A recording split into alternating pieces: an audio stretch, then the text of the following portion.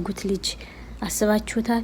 ራሳቸው ያሳደጉት ያበሉት ያጠጡት ከዚህ ያደረሱት ልጅ በገዛ ልጃቸው እንግዲህ ያሳደገ ማለት ቀላል አይደለም። በገዛ ልጅ መገደል ማለት በጣም ይከብዳል።